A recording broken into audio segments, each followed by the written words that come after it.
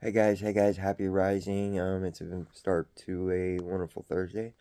I hope everybody's doing great.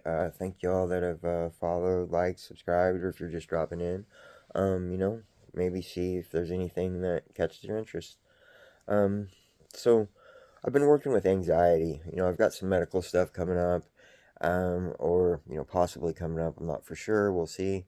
But I got some of that coming up, and then just some of the life's stresses that come. uh, you know, bills, relationship, all them things. And I unconsciously have let my anxiety and my projection to the future, or anxiety, my worry, um, my remembering the past. These things have all been kind of rough about the last year. I've been in a long term relationship for about 2 years now with my partner. So that's been a struggle too. I've just not had the best run. So this is going really well. And we got the effort in there. But anyway, it causes some senses of anxiety. And I took a course, and it just gave some basics about the parasympathetic and sympathetic nervous system, fight or flight, rest or digest, and it gave some tools. And I'd started realizing that if you tell somebody in the middle of a panic attack or when they're really worked up, just take some deep breaths, that sounds absurd. That sounds stupid. It doesn't seem helpful, and it doesn't feel like it does anything in the moment. The trick is to gain the awareness. If you have the awareness to notice these triggers or these sensations coming up and you catch them in the beginning with these tools, it's much more helpful. And and they're simple things like, breathing. Anybody that's been in a panic attack, somebody tells you to breathe, it sounds absurd. But if you gain the awareness that instead of noticing it when you are starting a full blown panic attack, but you notice sensations and anxieties arising 10 minutes before, then you have an ability to take some of these tools and use them at a time when they're going to be more impactful to kick in your parasympathetic nervous system. And there are many little tricks that are helpful to people. Not everything is helpful to everybody. A lot of times it's good to have a whole tool belt. Like your anxiety tool belt. You keep this on, and you have different things that you can go to seek some coping mechanisms to help relieve the feeling that you're in. One of them is just focus on your breath. Okay, that's a really simple one. Um, and anybody that has let out a big long sigh knows that it engages a sense of relaxation. Um, you put a sound with it, and it just increases it. Okay, and you got things like you can 1 2 3 3 2 1 1 2 3 3 2 1 1 2 3 3 2, and that gives your mind something to occupy itself and to take it away from um, the place where you're at, whether that's the future or the past.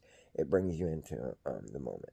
There's also some, meridian lines, and I guess you can use whatever modal of, explaining these things as you want, but the science and the evidence shows that people get relief from it. So I don't know my meridians. I'll say that. That's with Chi. That's kind of a Chinese thing. I know more about Kundalini and Indian a little bit. Still don't know a whole lot, but with the meridians, there are meridians around your body, and these are energy points that help run the energy lines through your body. So if you know where your meridian is at, then you can use it that way. But if not, 1 2 3 4 5 6 7 1 2 3 4 5 6 7 1 2 3, and you just find different places. And as you're doing that, you feel it. And you're counting. And again, that's combining not just the counting, but it's causing the sensation of the touch, which is an ability. Um, looking around and seeing 5 things: stopping, being quiet, listening for 4 things, um, sitting still, and smelling. smelling's a harder one. You may have to walk around your house. You may, but we ignore our sense of smell a lot. And that's anybody that knows that if they walk into a room, whether it be nasty or whether it be a sweet smell, after you've been there for long, you acclimate and you no longer smell the smell. So it's an easily ignored sense. It can be desensitized, and so there's that, and then there's taste. Taste. What do you taste like? My mouth tastes like some coffee right now. And then these are all tools that can help you get out of the moment if you find yourself in the moment. And then you've got a whole lot of other tools. There's gratitude. You sit and you focus on your days that you're able to, your good days, and you focus on the things that you're grateful for. And whether if it's in affirmation or whether it's in visualization, you feel gratitude on them days that you're able to. And then on them days that feels hard or it feels like a struggle, you try to draw in on the memories of the things that you were saying on the days that were good. And all it is trying to use the aspect of neuroplasticity to rewire our brain. Whatever the case be, anxiety, PTSD, depression, these are all created by faulty programs. Our programs are off, and it causes cognitive limiting beliefs, cognitive distortions. Um, so we have to create a sense of cognitive dissonance instead of cognitive fusion. And what that is it means detaching from our thoughts and not fusing to our limiting beliefs, like locking in. I'm a failure. Why does this always happen to me? I'm a loser. I'm unlovable. Them things are just locked in, and they're cognitively fused with who we are.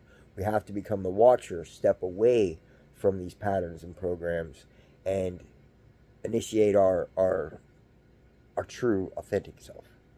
But this video is getting long, and I don't know if anybody will listen to it, but I think it came out pretty good. I love y'all. Um, and I'm going to be giving away a canvas on my Facebook. I don't know if anybody's even there from there. I'm going to give away some art, and I'm going to make a video for this channel, and I'm going to give some art away if anybody's interested in, collecting a piece of my art. I love y'all, and we got this. Peace.